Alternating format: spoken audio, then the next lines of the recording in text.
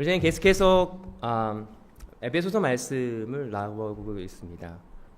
복음을 전하고 이전과 다른 모습, 하나님을 만난 사람으로서 이전과 다른 모습으로 살아갈 것이어야 된다는 것을 계속 이방인이고 또 유대인으로 살아왔던 원래 습성에서 이제 벗어나라고 사도 바울은 계속 말하면서, 그렇다면 오늘 삶 속에서 가정 안에서 어떻게 살아야 될 것인가의 예로 오늘 부부와의 관계와 자녀와의 관계를 예를 들어서 말씀하고 있습니다. 어떻게 보면 이 말씀이 부부와의 관계에서도 좀 꺼리낄 수 있고 또 자녀와 부모의 관계에서 꺼리낄 수 있는데, 그 당시에 힘의 관계에서 보면 실질적으로 힘이 있는 사람이 힘 없는 사람을 부리고 지배하는 데 있습니다. 그 당시에 가정에서도 보면 힘 있는 사람은 남편이죠. 남편이 아내를 복종시키게 하고 굴복시키는 건 자연스러운 일이었어요. 왜냐하면 남편 없이 먹고 살기가 어려웠었고, 그 당시에 힘이 중심인, 힘이 있는 사람이 힘 없는 사람을 조종하는 것이 당연한 이치였습니다. 자녀도 마찬가지죠. 그 당시의 자녀는 하나의 소유물에 불과했어요. 그래서 부모가 시키는 대로 부모의 하나의 한 파트처럼 여겨졌기 때문에 그들 자녀와의 부모의 관계도 하나의 소유물에 불과했던 그 시점에서 힘의 논리에서 사도 바울이 가정의 얘기를 들어서 서로 순종해라, 서로 죽어라, 서로 존중하라, 이 말은 억지로 하라는 것이 아니라 자연스럽게 서로 하나님 안에서 죽어가면서 하나님 앞에 연합한 그런 관계가 되는 것이 복음에 합당한 삶을 사는 것이다 라고 도전하고 있습니다. 어떤 유명한 이야기가 있죠. 어떤 목사님 사모님이 그런 얘기를 했다고 해요. 우리 안방을 강백상으로 가면 좋겠다. 왜 그런 얘기를 하냐면, 교회 안에서 사역할 때는 굉장히 거룩하고 좋은 모습이지만 실제적인 가정에서의 모습은 180도 다른 모습이기 때문에 이 교회에서 모습을 집에서 보고 싶다. 이 가정이라고 하는 이 공동체, 가정이라고 하는 하나님께서 주신 가정애라고 하는 이 공동체는 숨길 수 없는 본인의 진짜 모습이 나오는 환경입니다. 내가 아무리 나이스하게 해도 겉에 사람 바깥에서의 만나는 사람은 얼마든지 숨겨서 대할 수 있어요. 나이스하게. 네, 좋습니다. 근데 가정 안에서는 숨길 수가 없어요. 24시간 매일매일 나의 일거수일투족을 가릴 수 없는 것이 바로 가정이다라고 하는 거죠. 내가 만나기 싫은 사람, 직장 상사든 뭐든 내가 그 일할 때만 보면 돼요.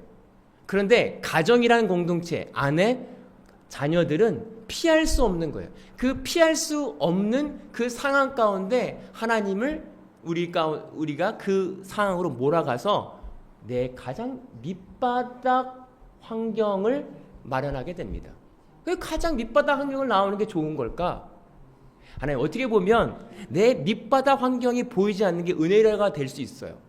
저 사람은 안 만나고 내가 나의 악함을 보이지 않는 데가 하나님의 은혜지. 아니죠. 내가 가장 힘든 사람을 만나고 그 막다른 골목, 피할 수 없는 부부와 자녀를 만나면서, 가족을 만나면서 부딪혀 오는 내 밑바닥을 봤을 때, 적나라한 나를 봤을 때 최악을 보면서 나란 인간이 이런 인간이구나, 나란 사람이 이런 인간이구나를 깨닫는 것이 은혜입니다. 왜냐하면 그 밑바닥에서 나로서는 도저히 할 수 없는 나를 발견하기 때문에 그래요. 내 힘으로는 할 수 없는 나를 발견하기 때문에 가정을 허락하셨고, 그 가정 안에서 삶이 변화되는 것을 하나님이 요구하신다는 거예요. 오늘 사도 바울이 왜 가정을 이야기하냐면, 너네가 거룩하고 거듭났다면 이제 너의 삶이 가정에서부터 바뀌어야지. 가정에서부터 시작되는 것이 너의 삶의 변화라고 말씀하고 있습니다. 첫 번째는 아내에 대해서 얘기합니다. 22절과 23절, 24절. 아내 되신 여러분, 주님께서 순종하신 것 같이 남편에게 순종하십시오. 그리스도께서 교회의 머리심과 같이 남편은 아내의 머리이기 때문입니다. 그리스도께서 그분의 몸인 교회의 구주이십니다. 교회가 그리스도께 순종하는 것 같이 아내들도 모든 일에 남편에게 순종하십시오. 여기서 순종하라, 복종하라 이런 말은 군대에서 하복 명령을 지키듯이 밑으로 시켜서 복종하라는 의미가 아닙니다. 그 복종은 하기 싫어도 억지로 하는 순종이라면 여기서 말하는 복종은 자발적인 순종입니다. 내가 순종해 되어지는 것입니다.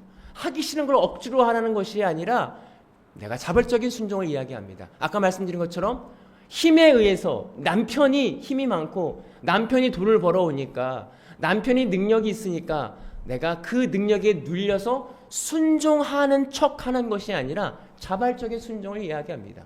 어떻게 가능합니까? 우리는 여러 여성분들이 남편의 머리 되려고 해요. 내 생각으로 남편을 조종해서 남편이 내 원하는 대로 가기를 원합니다. 그렇게 되지 않으면 짜증이 날 때도 있거든요. 남편이 100% 마음에 드는 와이프를 제가 아직까지 만나보지 못했어요. 내가 저분이 그렇게까지 하세요? 그러면 만족하시겠네요. 그런데 이거 하나가 힘들어요. 그러세요? 제가 만나본 와이프들 중에 100% 자기 남편을 만족하는 사람이 찾아볼 수가 없어요. 왜 그러냐면 자기 기준이기 때문에 그래요. 사람이 기준이 되고 사람의 관점으로 남편을 바라봤을 때 100% 마음에 들지 않습니다. 저 사람은 왜 이래? 그렇다면 오늘 말씀에서 왜 남편을 존중하라? 왜 남편 된 남자들이 바라는 요구 중에 하나는 존경심이고 존중이에요. 아내들이 원하는 건 사랑받는 걸 원해요. 오늘 사도 바울이 그렇게 뚫어서 말하는 건 존중하라, 남편을 순종해라 라고 하는 건 인간적인 이유를 말하는 것이 아니에요. 인간적으로 봐서 너희들 기준에서 완벽하기 때문에 순종하라 이것이 아니라 너의 기준을 내려놓고 하나님의 주신 마음으로 존중하라, 순종하라. 그럼 어떻게 해요? 내 눈으로 봤을 때 꼴보기 싫고 이해되지 않는 남편의 모습을 보았을 때 그 내 기준을 가지고 그리스도 예수 앞에 나아가는 거죠. 내 남편이 꼴보기 싫습니다. 남편이 이해되지 않습니다. 내 기준이 여전히 살아있어서 이런 나를 십자가에서 죽었습니다 고백하면서 하나님의 은혜의 그 은혜를 내가 받음으로 인하여 남편을 존중되어지는 삶, 이것이 복음으로 나아가는 거예요. 이것이 거듭난 사람의 삶이다라고 하는 것입니다. 오늘 저야 여러분들이 이 남편, 단순하게 남자와 여자의 문제가 아니라 아내들에게 한 도전은 남편을 자발적으로 순종하라. 남편을 자발적으로 존중하라. 넌 할 수 없다. 존중하지 못하는 여러 가지 이유들을 발견되어질 때 아직도 너의 기준이 살아있는 것이다. 그 기준들을 가지고 예수 그리스도 앞에 가지고 나와 십자가의 은혜로 죽어져. 하나님 앞에서 그 마음을 받아 남편들이 존중되어지고 순종되어지는 것을 경험하다라는 것입니다. 남편들에게 말하고 있죠. 25절과 26절에 남편이신 여러분, 그리스도께서 교회를 사랑하셔서 교회를 위하여 자기를 내어주신 것 같이 아내를 사랑하십시오. 그리스도께서 그렇게 하신 것은 교회를 물로 씻고 말씀으로 깨끗하게 하셔서 거룩하게 하려 하신 것입니다. 라고 말씀하신 것입니다. 하고 있습니다. 남편들에게 아내를 사랑하래요. 근데 그 사랑하는 것이 예수 그리스도가 교회를 사랑하는 것 같이 사랑하라고 말씀하고 있습니다. 여러분, 어떻게 사랑이 무엇입니까? 그냥 뭘 주고 아내에게 무언가 선물 주는 것이 사랑하시는 것입니까? 아니죠. 예수님이 이 땅에 나오신 이유는 우리에게 꼭 필요한 것, 우리에게 맞춰져 이 땅에 내려오셨습니다. 하나님이 육신의 몸을 입고 이 땅에 오신 건 우리에게 맞추신 거예요. 우리의 언어로. 그전에는 구약에서 여러 선지자를 통해서 말씀하셨다면 이제 말씀이신 예수님이 직접 이 땅에 내려오셔서 우리에게 말씀하셨어요. 그리고 그 말씀하셔서 우리에게 맞춰져서 우리를 육신의 성정을 입고 우리를 이해하십니다. 그리고 언더스탠드 하시면서 우리에게 내려오신 거예요. 그것이 사랑이라고 말씀하셨습니다. 그리고 죽기까지 우리를 사랑하셨어요. 오늘 남편들이 아내를 사랑하라고 하는 건 예수 그리스도의 사랑함과 동일하게 아내를 사랑하라는 것입니다. 사랑하는 사람은 상대방에게 마칩니다. 내 의마, 내 뜻을 아내에게 주장하는 게 아니에요. 맞추는 거죠. 아, 그렇습니까? 아내가 원하는 거, 아내가 필요한 거, 내가 할 수 없지만 내가 원하지 않다 해도 할지라도 나를 죽여가면서 아내의 뜻에 맞추는 것입니다. 이것이 복음이라는 거예요. 서로 죽어가는 게 복음이라는 거예요. 서로 자기 뜻을 의미하는 게, 자기 뜻을 피격하는 게 은혜가 아니라 서로 자기를 부인하며 죽어가는 게 바로 복음이다라고 하는 것입니다.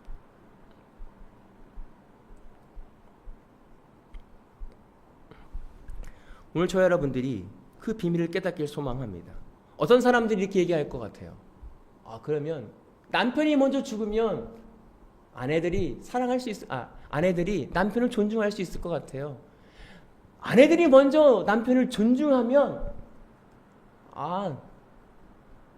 아내들도 사랑할 수 있을 것 같아요. 서로 누가 먼저 할 거냐의 문제예요. 네가 먼저 해라. 네가 먼저 해라. 이렇게 말하는 사람들의 특징이 뭐냐면 내가 죽었다는 거예요. 내가 했다는 거에 방점이 있습니다. 중요한 것은 이 죽어가는 주체는 하나님이라고 하는 사실이에요. 먼저 하나님의 은혜를 경험한 사람이 죽을 수 있습니다. 이 자발적이라고 하는 건 내가 하는 것이 아닙니다. 예수 그리스도가 내 안에 오셔서 죽어짐을 경험하는 거예요. 그래서 먼저 받은 은혜, 이것은 가식적인 사람의 노력으로 할 수 있는 것이 아니라 예수 그리스도의 사랑을 누가 먼저 경험하느냐에 따라서 이 경험이 있는 사람이 먼저 죽어짐을 경험함을 통해서 서로 죽어질 수 있는 것입니다. 오늘 저 여러분들이 이 비밀을 깨닫기를 소망합니다. 32절과 33절에 이 비밀은 큽니다. 나는 그리스도와 교회를 두고 이 말을 합니다. 그러므로 여러분도 각각 자기 아내를 자기의 몸과 같이 사랑하고 아내도 자기의 남편을 존중하십시오. 어떻게 이 비밀이냐면 경험한 사람이 아니면 이것을 깨달을 수 없습니다. 어떻게 힘 있는 사람이 힘 없는 사람을 위해서 낮아질 수 있습니까? 그것도 가식적인 게 아니라 본인 스스로 그렇게 되어짐을 경험할 수 있습니까? 우리가 잘 알고 있는 고린도전서 1장 18절에 보면 십자가의 도가 멸망하는 자들에게는 미련한 것이요 구원받은 우리에게는 하나님의 능력이 된다. 여러분, 오늘 사도 바울이 말한 건 힘의 관계의 그 구도가 바뀌는 거예요. 그 전에 로마 시대 때 힘은 팍스 로마죠. 힘이 있어야 평화가 있는 거예요. 내가 뭔가 가지고 있어야, 내가 능력이 있어야 이 사람을 군림할 수 있어요. 근데 십자가의 도는 나를 부인하는 거예요. 그게 능력이래요. 왜? 예수 그리스도가 이 땅에 오셔서 우리를 위해 죽으심을 경험함을 통해서, 나도 예수님과 함께 죽음을 통해서 오는 능력을 경험합니다. 내가 죽음을 통해서, 예수님과 함께 십자가의 죽음을 통해서 내가 자유함을 경험합니다. 아, 이게 능력이구나. 내가 죽는 게 능력이구나. 내가 없어지는 게 능력이구나 라는 것을 깨달으면 아내에게 죽을 수 있고요, 남편에게 죽을 수 있어요. 왜? 그 죽는 게 산 길이라는 걸 깨달았기 때문에. 이게 비밀이라는 거예요. 이 비밀을 깨닫는 자라야만 죽을 수 있어요. 오늘 저 여러분들이 이것은 누가 먼저냐의 문제가 아니에요.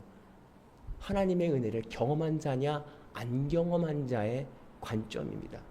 내가 죽는 척하는 건, 진심이 없는 건 딱 들켜져요. 왜냐하면 봐주다가 한계에 도달하면 내가 이렇게 했잖아 라고 폭발합니다. 그런데 하나님의 은혜로 죽어지며 서로 존중하는 자들은 한계가 없죠. 왜냐하면 내가 한 게 아니라 하나님이 나를 그렇게 죽어지게 했기 때문에 그렇습니다. 오늘 저 여러분들이 이 부부와의 관계에서 예수 그리스도의 십자가의 도를 깨닫게 소망합니다. 부부가 아니면, 가족이 아니면 그렇게 도전이 없어요. 피할 수 있거든요. 근데 24시간 피할 수 없는 그 가족을 만남을 통해서 하나님의 은혜를, 십자가의 도를 깨닫는 저와 여러분들이 되길 소망합니다. 그리고 자녀들에게 이야기합니다. 자녀와 부모의 관계를 이야기합니다. 2절과 3절에 내 부모를 공경하라. 한 계명은 약속이 깔려 있는 첫째 계명입니다. 내가 잘되고 땅에서 오래 살 것이다 한 약속입니다. 또 아버지이신 여러분의 자녀를 노엽게 하지 말고 주님의 교훈과 훈계로 가르치십시오. 동일하게 이 말씀이 꼭 부모를 공경하라는 뜻도 있지만 중요한 건 부모들에게 있습니다. 부모들이 자녀를 마음대로 할 수 있고, 약한 존재이기 때문에 마음대로 할 수 있다고 생각하기 때문에 자녀들에게는 너무 편하게 대할 때가 있어요. 저도 마찬가지더라고요. 자녀들에겐 좀 편해요. 왜냐하면 내가 더 위에 있고 내 말을 들어야 한다라고 하는 그런 위아래의 관계에 있어서 내가 더 힘이 있다고 했기 때문에 하지 마. 그러나 그 말의 중심은 내가 원하는 뜻대로 이렇게 해 저렇게 해 라고 함을 통해서 그 폭력적인 자기 부모의 의를 통해 그 길을 통해서 자녀를 노여롭게 하지 말라는 거예요.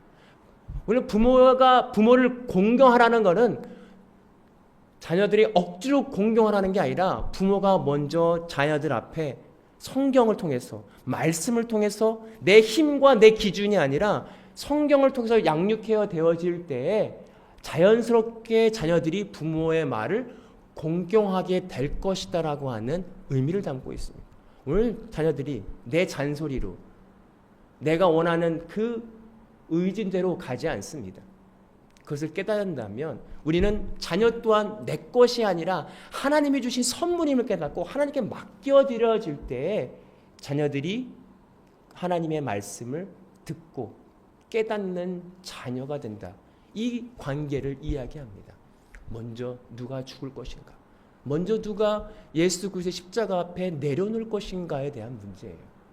오늘 여전히 오늘 사도 바울이 가정을 통해서 말씀하신 건 여전히 너희가 아직 이전의 모습을 가지고 너의 힘을 가지고 너의 능력을 믿고 남편들은 아내들은 자기 머리를 믿고 남편들을 또 부모들은 자녀들은 억지로 부모를 공경하는 이런 모습을 통해서 억지로 하지 말고 더 이상 억지로 너의 힘으로 하지 말고 공경되어지고 존중되어지고 숭동되어지는 그 길은 뭐냐면 온전히 예수 그리스도의 십자가의 은혜로 죽어질 때 네가 없어질 때 가능한 것이다. 이것이 복음의 길이고 거듭남의 길이다라고 하는 것을 오늘 이야기하고 있습니다. 오늘 저 여러분들이 이 말씀을 통해서 내가 죽어져야 될 것은 무엇인가? 내가 내려놔야 될 것은 무엇인가? 묵상하는 이 기회가 되길 소망합니다. 그래서 서로 죽는 거죠. 남편도 자기 힘을 죽고 아내도 자기 생각을 예수 그리스도의 십자가 앞에 죽어질 때에 서로 만나는 그 지점. 그것은 하나님의 은혜를 경험하는 큰 비밀입니다. 그 비밀을 우리가 함께 나누고 그 비밀에 감사해서 더 이상 세상의 힘의 논리가 아니라 복음의 논리로, 복음의 힘의 논리로 함께 기쁨을 누리며 자유함을 누리는 저와 여러분들이 되기를 소망합니다. 기도하겠습니다.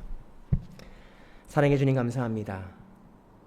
우리는 나의 힘을 믿습니다. 내 능력을 믿고 하나님보다 내 뜻을 의지할 때가 있습니다. 그러나 오늘 복음을 믿고 거듭난 사람은 이제 인생의 주인이 내가 아니라 하나님을 믿고 하나님을 의지하는데 그 삶은 내 삶부터 내 가정의 삶부터 변해야 될 것인 줄 믿습니다. 내가 오늘도 십자가의 은혜를 통해서 죽어야 될 것은 무엇이고 서로 죽고 서로 순종하고 서로 섬기고 사랑해야 될 것인지를 무엇인지를 깨닫고 그렇게 할 수 없는 나를 발견하고 그렇게 할 수 없는 나를 발견하여 십자가의 은혜로 고백하며 예수 그리스도와 함께 죽기로 결단하는 이 시간 될 수 있도록 인도하여 주옵소서.